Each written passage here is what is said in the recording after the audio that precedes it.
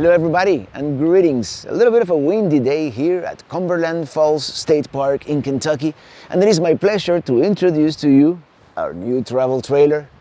We call it Minitini 4, and it is a Winnebago, a one-of-a-kind Winnebago Micro Minnie 1720FB. Now stay tuned until the end of the video because Adam and Noel were very gracious to give us a factory tour so we can see, where the magic happens. I'm riding in my RV, wherever I want to be, 'cause I'm free in my RV. Well, Minitini 4 is a unique trailer in more than one way. First of all, they don't make this particular floor plan in the Flex package, not yet anyway, so they flexed it for me. We have Starlink in motion on the roof, so eventually we're going to be able to have internet pretty much everywhere. We have a Starlink in motion and an LTE router, so especially for the Alaska trip, that's going to be great. And it's got the Truma AquaGo Comfort Plus, which recirculates the water constantly, so you don't have to wait for that hot water to hit the faucet, and many other features actually. But first of all, a couple of days ago, when it was still pristine, I did a quick tour of it, and that's what I'm going to show you right now. And we begin here at the entrance, and here, this is screaming here for like a coffee machine. We have USBs, Type C and Type A, and power. Some storage here by the entrance, and this trailer has a similar floor plan to Minitini 1 and 2. I believe it is like a few inches longer. By the way, this thing, I don't know where's the light here. This thing is lit up like a TV studio, just like Minitini 2 was lit up like a TV studio. This has lights everywhere. It's like LED lights galore, and yeah, it is unseasonably warm here in Indiana, so I'm gonna keep that air conditioner on. We're on battery power. I don't know if you noticed, but we're not hooked up to shore power. Let me show you, begin in the bathroom, which is the main thing that is different. Very similar shower to the one we have in Minitini 3 right now, but this one has this peculiarity. It has this drop down sink, so it's rather large. And for reference, I am 5'10", and yeah, we still have a little room here to spare. This actually could double as somewhere to hang the towel. I might replace this with my Oxygenics. And here we have a drop-down sink. This is pretty cool. This drop-down sink. I haven't tested any of this out yet, but here you can use it to wash your hands and whatnot, and then you go like bloop, and it drains it. I think it is a nice compromise in order to have a larger shower. As you remember, the shower in Minitini 1 and 2 were like really small. And then you have here a toilet. This is a Thetford. It's not a Dometic. And yeah, it's tight, but it's not so bad actually. I thought it was gonna be worse. So this is not so bad. And here Ellie is gonna be happy to see this rather large mirror here in the bathroom. We have a regular vent there, and now we continue. Here we have the control panel. In the control panel we have our Truma control here. This would control the air conditioner, the furnace, and the water heater. Our solar controller, our inverter controller here. This is the main control panel with our tanks and awning and the tank heaters and whatnot. And this is a remote control for a fantastic vent. And I love fantastic vents. And it's got a remote control, which means I can take this to bed, for example, and then control that from the bed. As we come here, as you know, this is a slideless. Actually, let me turn off the AC here real quick, just so we don't have, even though this is a Truma Aventa, which is very quiet, still, when we're talking here in the trailer, it can be a little loud. Here we have a TV that, I need to de-stickerize it. And here we have a, well, this is a wireless charger, and the pantry area here. The bottom, it doesn't really have all that much room, but this is pretty cavernous. I mean, we can put a lot of food there, you know, canned goods and other kinds of things. Here we have some more storage. This down here is probably to access some of the plumbing, and here is probably where we're gonna have like our garbage can. We'll see. I don't know yet. This is for cutlery up here, and then we have 2 drawers. This is very similar to the galley storage we have in Minitini 3 right now, the 1720. You know. Here's our big drawer for pots and pans. Very nice. And of course we have our 3-burner propane stove and convection microwave. And this down here is not a drawer, this is just your converter box, as you can see. Here we have a dinette, and this is pretty much a 2-person dinette. And this is one of the things we're gonna have to try to figure out how to work comfortably from this dinette, which, I mean, it's smaller than what we have right now, but I'm sure we will adapt. We will figure it out. By the way, I like the light colors. This is very nice. We have Starlink in motion installed. I'm gonna show you now the dish on the top, and here we have 1, 2, 3, and 4 storage cabinets here, which are gonna come in really handy. We have a wine guard antenna on the roof, also on the wine guard router, and I left this way because I am going to be putting a SIM card in it very soon. On this window we didn't, this is I'm gonna get a blackout shade for the trip to Alaska, but as you can see in this one we do have blackout shades, which are gonna come very handy for Alaska because where we're going, it never gets dark in the summer. Down here below the dinette we have more storage, not as large as the one we had in Minitini 3, but it's adequate. I mean, you have the wheel well down there, but you still have a pretty deep storage up here, and then down here, you know, that's probably where I'll put the Instant Pot. It's actually a blessing in disguise not having that cavernous space all the way to the back, because I can access everything without having to access it from the top, you know, by lifting the cushion there. Here we have some storage here. This is kind of like a nightstand, and here we have some storage down here. This is probably where I'll put my, I don't know, hard drives. We'll see. This refrigerator is a 12-volt refrigerator, but I like the fact that it is very quiet. It is very quiet.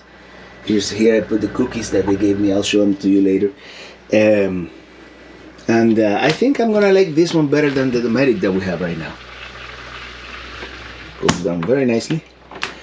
Did I mention convection microwave? And here's your campsite side. It's gonna be very nice to be cooking here or doing whatever, and being able to see outside your campsite. This is a very large window. I haven't seen this approach. You know, usually you have a backsplash and whatnot. No, they gave us a nice big window, nice big sink here, and we even have a little prep area here. And not only that, we have an extra, you know, a counter extension here. So this is gonna be great to cook in. As you know, I love doing, as you know, I love doing my RV cooking show, and this is gonna be a two-handed operation. Hold on. Now here in the bedroom, we have a privacy curtain, of course. If you have visitors and you want to, you know, have some privacy there, we can have some privacy. Up top here we have more storage, and this is probably going to be our wardrobe storage. If you notice, we don't have like a hanging closet here, so this is going to be probably, and it's pretty large, pretty cavernous. This is probably where we're going to put all our clothes right up here. You know, mine and Lily's, or mine and Lily's. We'll figure it out which way we decide to go with this. I believe this is part of Starlink as well. I have to do some research with that, but we have Starlink in motion here. There's more storage down here, and I probably would have preferred to have like a drawer here, but this is how they did it. So this could be like all my cameras or equipment storage. We'll see. Here in the bedroom we have again a USB and a little pouch there to put your cell phone. Nice big windows in the bedroom. So you know, I love this because it would be great to be waking up to a nice view out your window. Your window is right where your bed is, and this is what they call a short queen, but as you can see, you know, I fit perfectly at 5'10". If you are over 6, it may be a little tight for you, but for us, it's perfect. What else do I want to show you in here? Well, that's about it. It's a small tray. Oh, we have here more pantry storage. So, yeah. This is pretty big. We might install a shelf here or do some kind of cabinetry or shelving. We'll see. Now let me show you outside. Okay, one thing I forgot to mention in the original walkthrough is smuggling compartment down here. Actually, all kidding aside, this is probably gonna be for shoes if they fit, or you know, some small items. So more storage. And here on the campsite side of the rig, pretty standard, you know, you have a backer location here if you want to install a television set.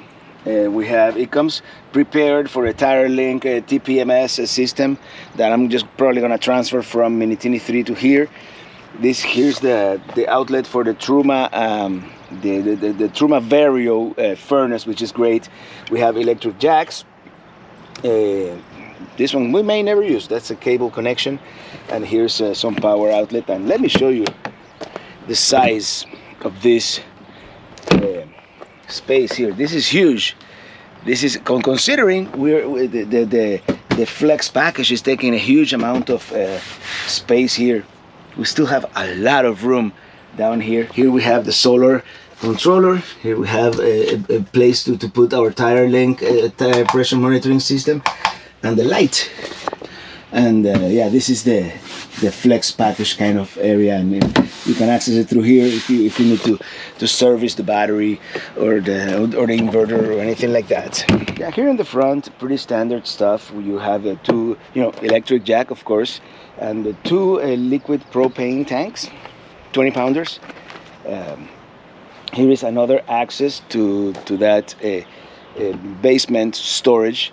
Here we have actually, and this is something I didn't mention, on both sides we have cameras, which I haven't been able to test yet, but we have 3 camera systems, 2 on the sides and 1 on the back. Here's the back of that Truma AquaGo water heater. Here we have our city water connection and gravity fill for the tank. Back here, your electric power, satellite and park cable, and black tank flush right here. We have electric jacks, as I mentioned, and that's that rear camera. Something else I forgot to mention is this spray port where you can put like a quick connect garden hose to wash anything on the campsite side, and then on this other side we have an outside shower. I forgot to mention that in the original walkthrough. Oh, here up on the roof we have 2 solar panels. I believe these are 180 watt each. Here we have the Truma Aventa air conditioner, and here's where we have the Starlink in motion satellite dish that we're gonna test very soon. I haven't been able to test it. Here we have a WineGuard Air 360 5G WineGuard antenna that's gonna be great for connectivity in wooded places like this where Starlink may not work perfectly.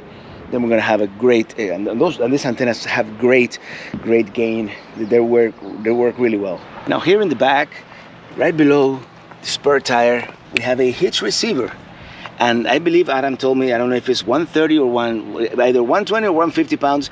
I don't know. You can put a bike rack back here, and that's gonna be very convenient because in the past, none of these trailers you've been able to put any type of weight on the rear bumper, but in this one you have a separate hitch. So that's gonna work great. And that's pretty much it for this first look, this introduction to Minitini 4 Winnebago Micro Minnie 1720FB Flex. Actually, there's gonna be another video about the Flex package, and then I'm gonna make even another video about little modifications and improvements that we're gonna be making to it to make it feel a little more like home, if you know what I mean. But now, Now I was able to get a factory tour at the plant there in Middlebury, Indiana, and that's what we're gonna watch next. Well, we are now at the Winnebago campus here at the plant, and we're gonna take a quick tour of where all the magic takes place. One nice thing about Winnebago Industries is that we are really like an operations company, not like a holdings company, where between Winnebago Motorhomes, Winnebago Towables, Grand Design, Newmar, Chris Craft, Barletta, all of our family of brands, we operationally communicate and share best practices. And so when we set up this sidewall lamination facility, we really tied into what our Winnebago Motorhome operation does in Iowa. And so we have a lot of that technology that's integrated into our sidewall build construction. So we can kind of get up real close and a little bit closer and kind of walk through some of the details. So this is really kind of where it all begins. We've got your fiberglass coil up on a roll there. And then as you noticed, we have Azdel composite panels. So what we'll do is we lay the fiberglass down on this table, get it all cleaned off, and then this is a dual roll coater here. And what they'll do is they'll run the Azdel composite panels through here, and it's gonna put hot glue on both sides of that Azdel panel. And then they lay the Azdel panel down on the fiberglass, and then they'll bring in high density fire retardant block foam insulation and lay it on the other side of the Azdel. So essentially you have fiberglass with your glue to your Azdel and then glue to your high density block foam insulation. And then that sidewall will go through a pressure controlled pinch roller where we can then control the pressure, the spec of the pressure across the whole plane of the sidewall. And a chemical reaction takes place there. That glue responds to pressure. You hear a bunch of popping, and then that's what causes it to laminate together. And inside this chamber here, it's all dark because we're done with production for the day.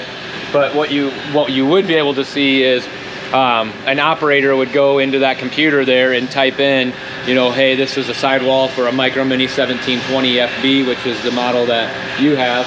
And then a computer controlled router will come out and it will actually route out all the channels where we need to put all the aluminum beams and everything into. And then once it's done routing out all the channels, it then comes out of the other side of this chamber here. It comes out onto this table with all the wheels. And then on the opposite side there in those yellow carts, you can see we all have the welded frame already assembled to take that shape. And then they can just lay it into all those channels that have been computer control routed out and get all that set in there. And then the next station when we get down here, after they're done laying in the aluminum, is, you know, one thing I do want to note is all of the aluminum tubes that are used for any type of support are going to be stuffed with pine wood. So that way it acts like a 2x4 at your house. Anything that we're screwing in ultimately ends up into that pine wood, so you actually have teeth for the screw. Like a stud, yeah. So here is the backer panel station. If you look up there in the ceiling, you'll see two machines up top there. And what that's gonna do is we can go to the computer, and again, we can type in Micro Minnie 1720FB, and it's gonna shoot lasers down onto the sidewall of where we need to put galvanized steel backing plates. So again, anything that's being screwed in from the inside is then, it's gonna go through your interior wall board, it's gonna go through that galvanized steel backing plate, hit the aluminum tube, and then the pine wood stuff backer. So for example here, you can see that we've got pine wood that's stuffed inside of aluminum tube there. Over on the other side there, we have a single roll coater, and that's gonna be for like the interior decorative panels that you actually see. So we'll run that decorative panel through there, and then that gets laid on. So you have your fiberglass, your Azdel, your block foam insulation, your aluminum tubes, your galvanized steel backing plates, and then your interior wall board. And it's gonna go into another pinch roller, a pressurized pinch roller. So again, we get that chemical reaction to take place between the interior wall and the glue that you see, then getting laminated to the rest of the wall that was being produced up to this point.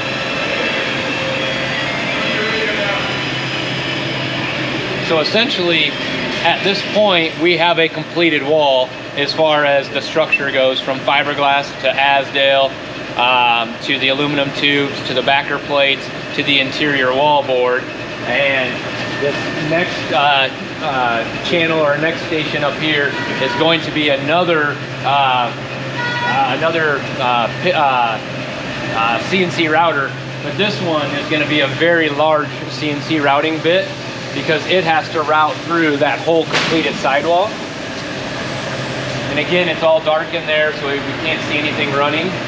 But again, a computer operator would go in and plug in Micro Minnie 1720FB, and that bit is going to go through and it's going to route out all your window openings and your door openings, and furnace vent and power stabilization jack controls, like everything that's routed onto the outside gets computer control routed. So I mean, accurate down to 1/100,000th of an inch. So we see a lot of benefits to tighter tolerances, better fit and finish when it comes to that.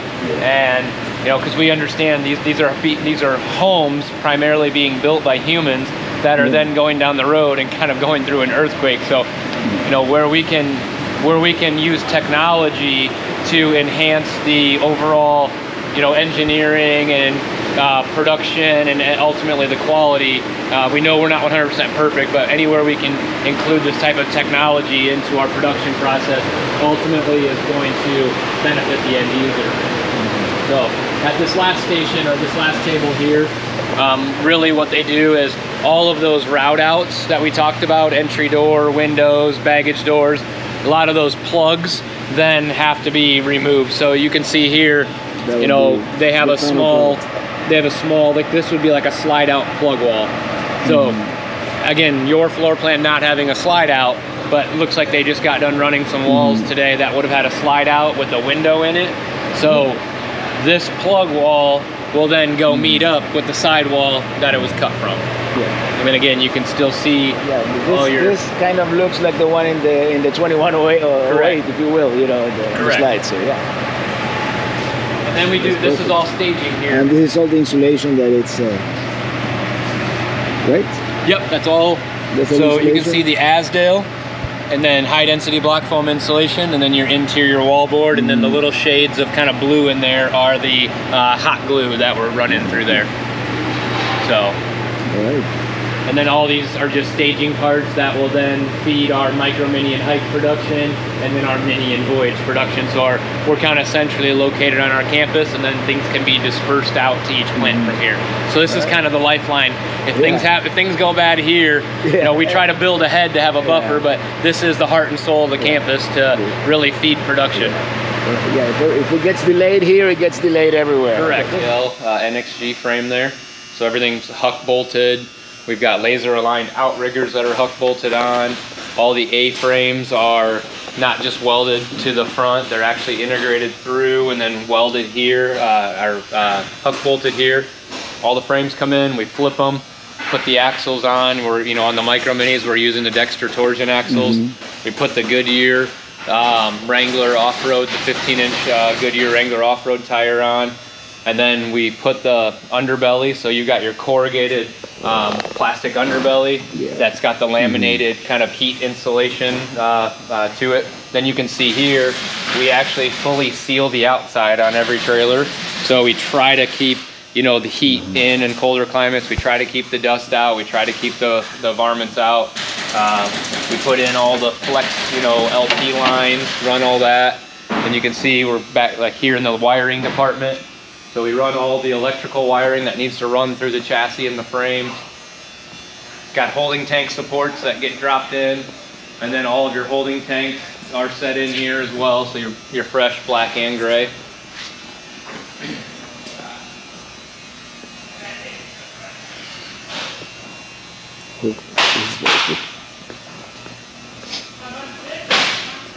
So then this is kind of the first part where our line work meets the offline work. So back in that section, we kind of call it offline work, where they're actually building the floor, the actual floor structure, and then putting in that Darko. So you've got, what happens is the floor gets put on, they've run in the all the aluminum runners for the outside, 16-inch on center down the middle.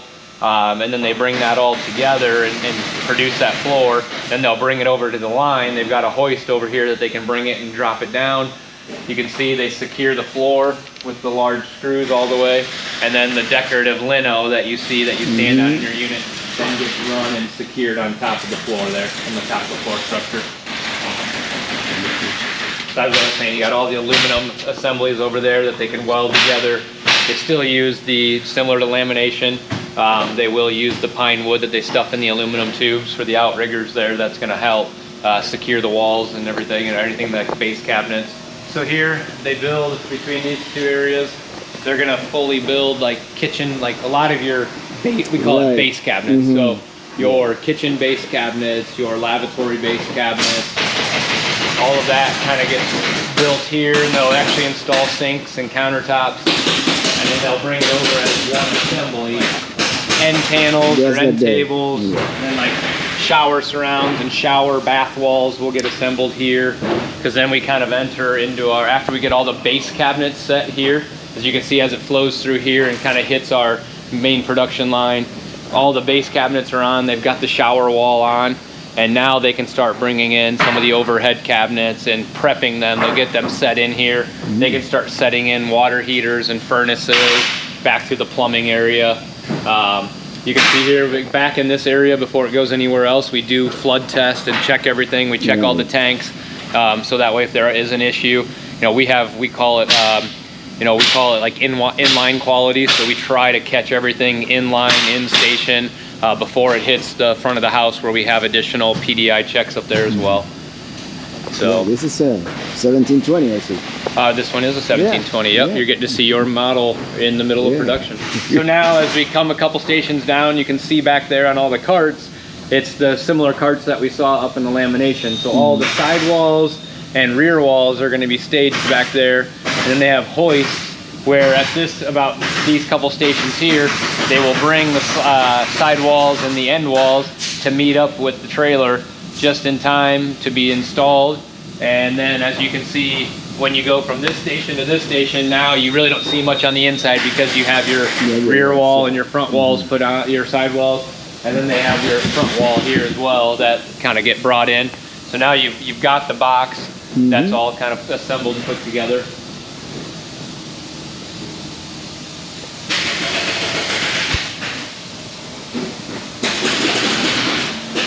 So this gets a little bit tough to see and tough to like really walk up close, because now you're going to have several different scaffolding.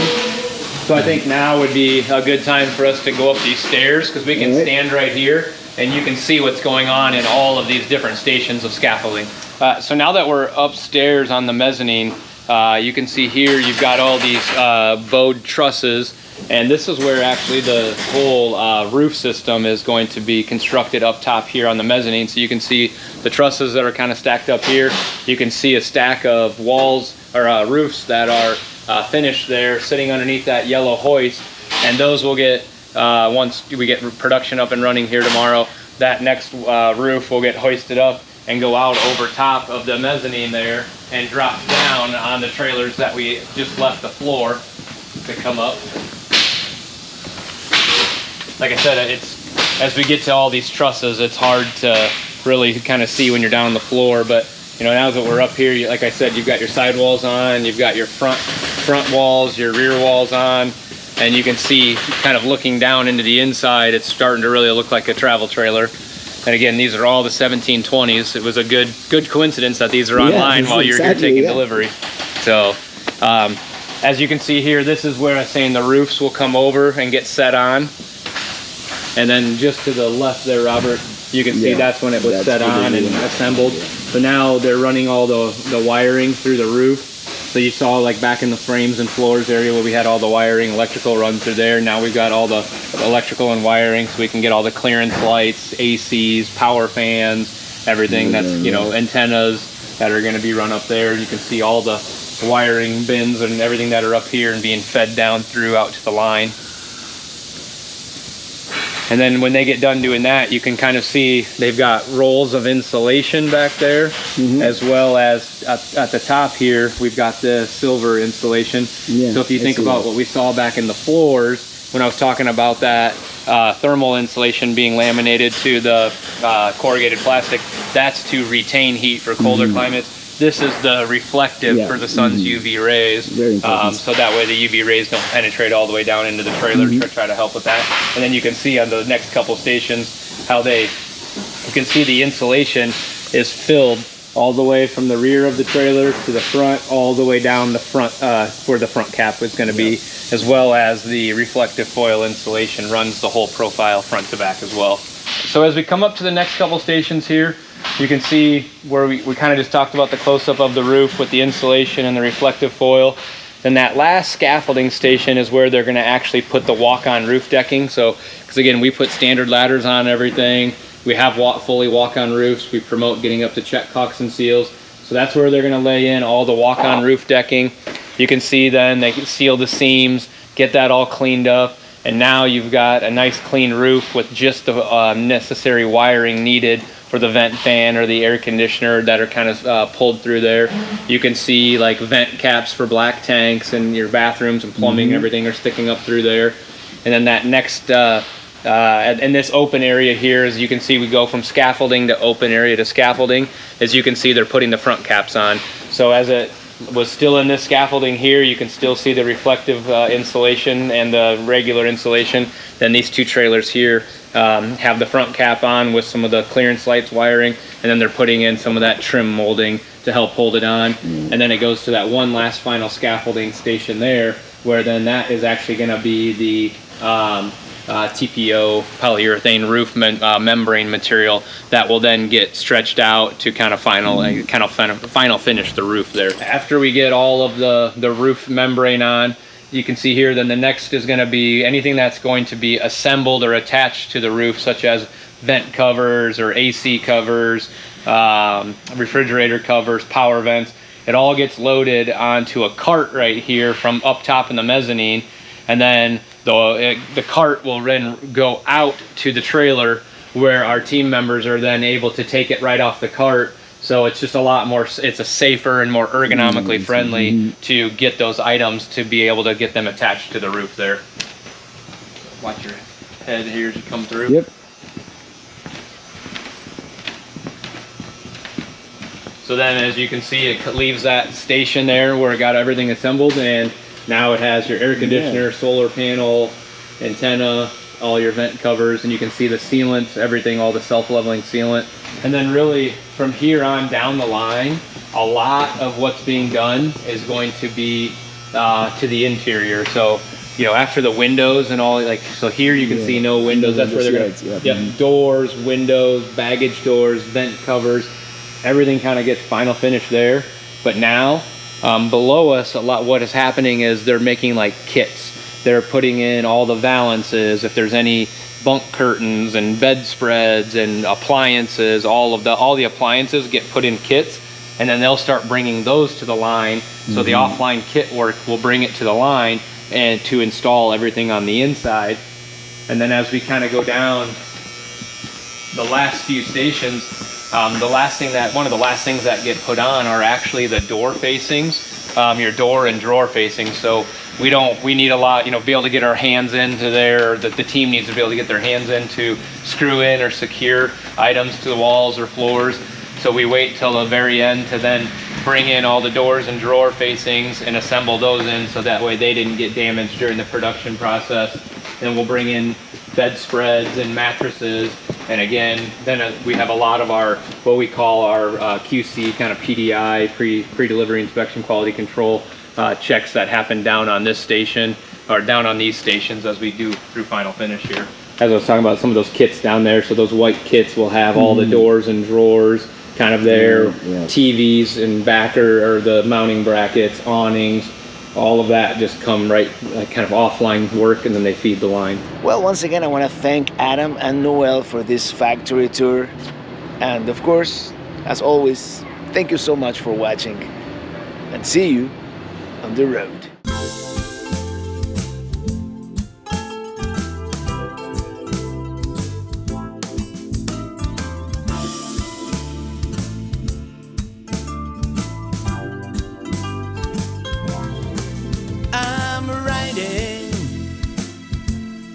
riding in my RV.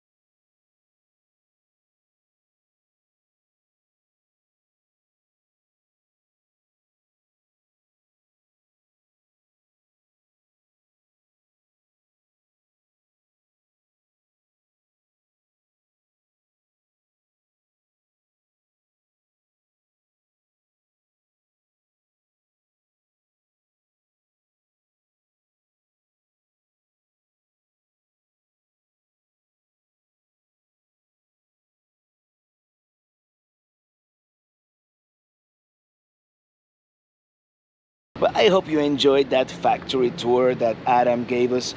And as always, thank you so much for watching. And see you on the road, which actually this is our maiden voyage. And the road today brought us to Tennessee.